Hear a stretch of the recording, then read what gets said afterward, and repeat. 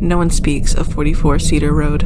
On a street lined with family homes, each with decorated front yards and fresh-cut grass, there stands another. No tragedy took place within its walls. No murders or assaults. No one had ever died in that house. In fact, no one has ever lived in it. Over the years, there have been many offbeat and strange theories of its darkness, from the belief that it was built atop a portal to hell, to a curse. The one idea most people choose to believe is the simplest one, the one that rings true to anyone who stands outside, looks upon the house. It is simply this: neglect.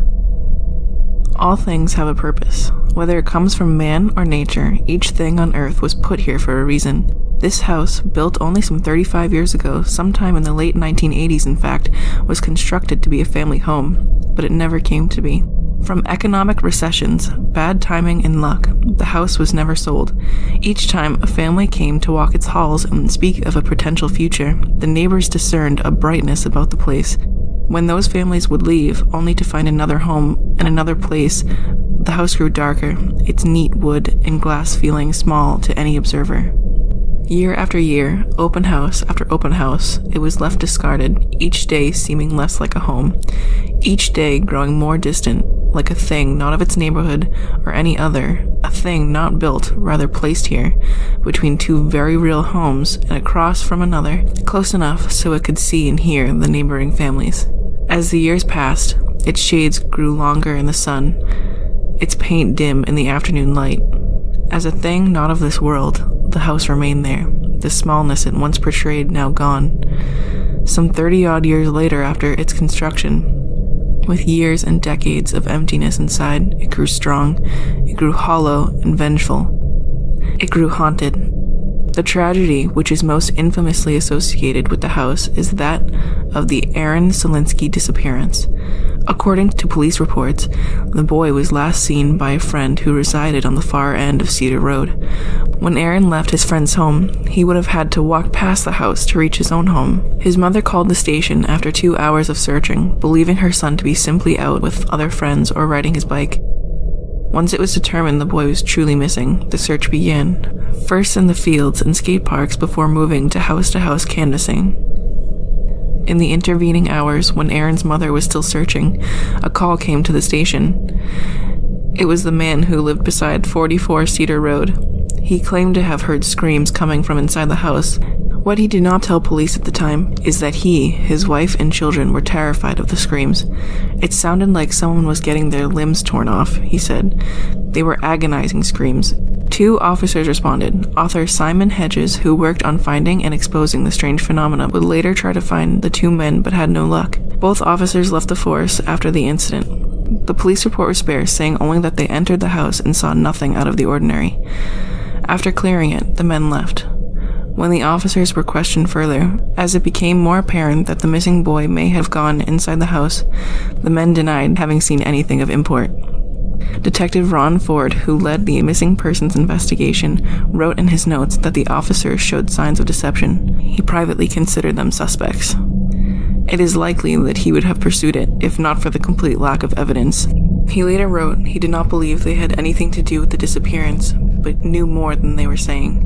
Nothing ever came of the investigation. From time to time, there would be an open house for buyers who knew nothing of the house. A young couple, typically newlyweds, would walk through its halls, examine the structure as the real estate agent tried to sell the unsellable. It would pretend to sleep. It would be dormant while they moved inside. Within 20 minutes, the house would spit them out, and all involved would be happy for the encounter to be over. But when only 1 or 2 people went inside, these were the times when stories would sprout. Urban legends spread like wildfire for months after one of these occurrences, such as that of the 2 officers, or most famously, the contractor. The contractor had been hired by the owner of the house to see if it was possible to turn it into dental offices.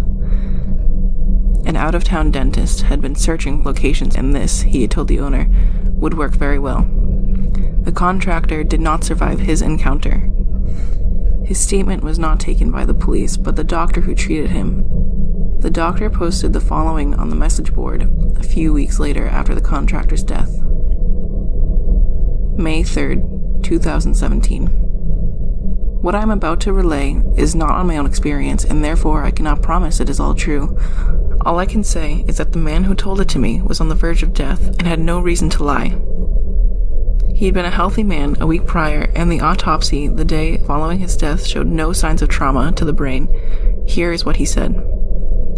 He had entered the house on 44 Cedar Road early in the morning of April 16th to take measurements. He recalled feeling strange as he took photos of the house, as if he were intruding on someone's privacy. After an hour of work, he packed his equipment into the duffel bag and crossed the living room to the front door, which had not been locked. Upon opening the door, he became disoriented by what he saw. Instead of opening to the outside, the door revealed a stairway leading down. He closed the door and checked the windows. Outside the glass, he could see the people on the sidewalk. He tried the door again, thinking perhaps he was imagining what he saw. But the stairwell was there again. He tried the back door, finding the same steps. He tried the windows, opening and then banging, breaking, but there was no reaction from the glass, as if it were not glass at all, but rather an invisible film separating him from the rest of the world. After beating his hands raw on every surface that led to the outside, he told me that he sat in the bare living room and wept. When the tears stopped, he simply sat there. It was in this silence that he heard the water upstairs. Though the house had no running water since it had originally been built, someone had now turned the shower on the second floor. The contractor rose from his stupor, a hammer in hand, and climbed the steps. As he reached the landing, there came a humming from the bathroom, almost completely veiled by the rush of falling water. But it was there, hollow and awkward, as if not coming from human vocal cords, but a poor imitation. The doorway to the bathroom stood ajar, steam spilling out. The contractor, terrified and already in a state of near hysteria, raised the hammer as he pushed the door open. He stared off while telling me what he saw there, as if he could not understand, as if he wasn't sure it had been real at all. It was the shape of a person, he said, blurred behind the shower curtain. But the longer he stared, the more he realized it wasn't the plastic that made it hard to discern the person on the other side, because it was not a person at all. It too was a poor imitation of a human being. He turned back toward the staircase, but from below, another humanoid shape was walking up. The contractor ran down the hall and into the back bedroom. There was no furniture, and the closet had no door. He simply had no place to hide. Again, he tried the windows, but again, it was to no avail. It was from this view that he saw the neighboring home. The curtain on the windows obscured the people inside, making them look like nothing but shapes. He wondered then if this was what the house believed families to look like. The water in the hall cut out, and he could hear them there, mumbling, staggering. And soon they were searching. It didn't take long before the door opened and he was found. They were so happy, he told me, so happy when they found me. At this, he wept. He would not say more, only that when he found himself outside, he thought he had been in the house for weeks, but it had only been hours. Over the next few days, he deteriorated, body and mind, every day telling me something new. On his last day of living, he was not much more than a corpse. With his last breath, he told me this. They sang to me. Every night, they sang me to sleep.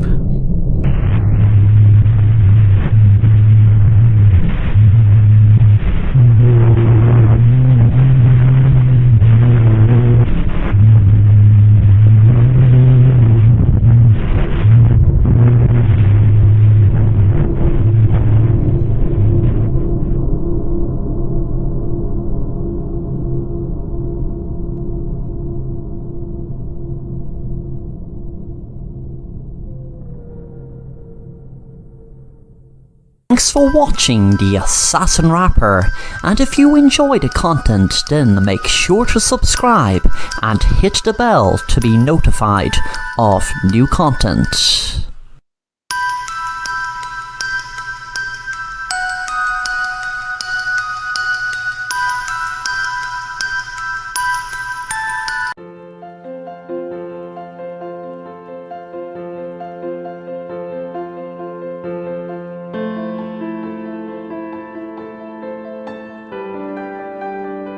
It all happened on a Thursday night. I was trying my best to fall asleep, but found it so hard as I was so excited to enter a piano competition the next night. Eventually I did fall asleep, and the most amazing thing happened. I dreamt of playing the most beautiful song on a piano on the stage of the competition, and it was the most amazing, beautiful dream ever.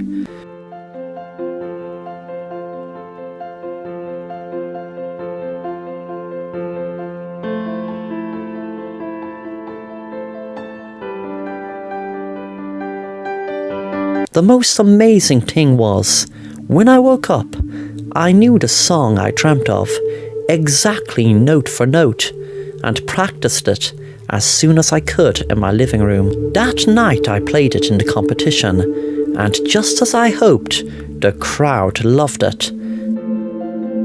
And I even won the first place prize. I was over the moon. It was that night when I went to sleep. I had the worst nightmare, with that song in the background. I was in a graveyard, dead in the piano, and there was so much horrific stuff around me. It was like I was looking at myself dead, and the dream went on and on every night. I hate going to sleep now because of having that recurring dream, that recurring nightmare, every single night. I wish I never ever dreamt of that damn song and played it on that damn piano, because it was when I played it, I brought some evil to life. I can feel it.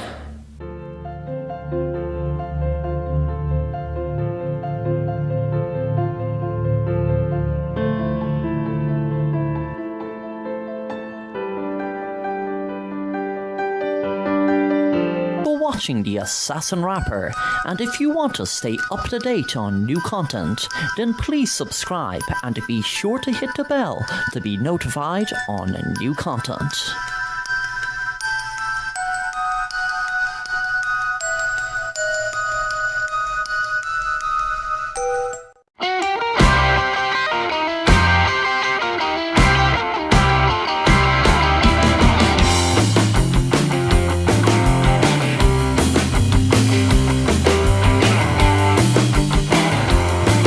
Leah was so envious of her friends because they were able to go to rock and roll concerts every weekend. Rock and roll was really taking off in her town, but her dad was a pastor and said it was the music of the devil. If he had his way, he would ban the music altogether. She just knew her dad didn't understand the music and wish he could feel it like she did. She didn't just listen to the music, she felt the music. Her friends used to tell her of great rock and roll shows they used to go to and explain how great the guitarists were and so much more. Leah used to have a pen pal where they used to exchange photos of Elvis Presley, etc.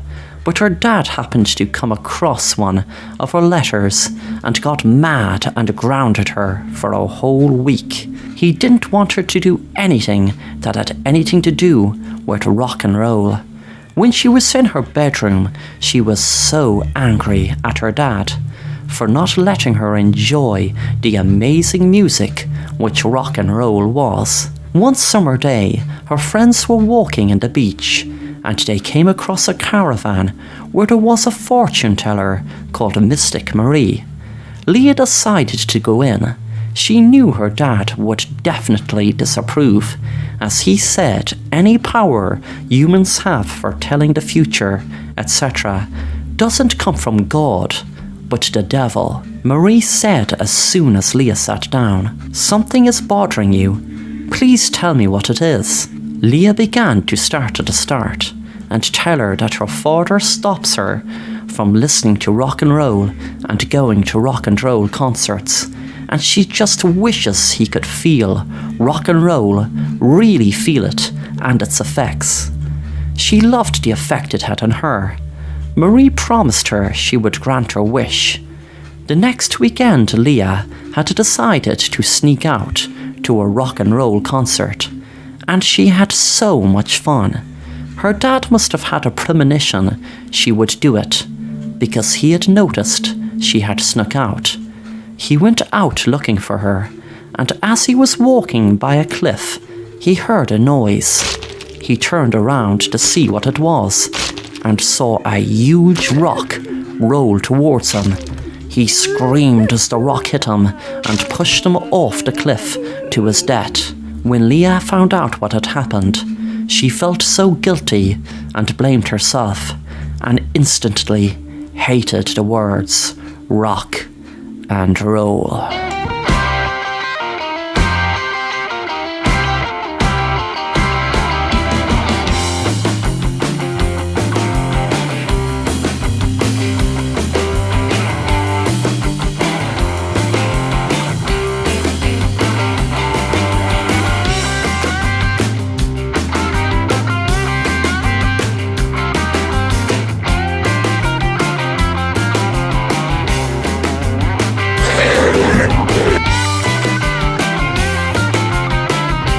Thanks for watching The Assassin Rapper, and if you want to stay up to date on new content, then please subscribe and be sure to hit the bell to be notified on new content.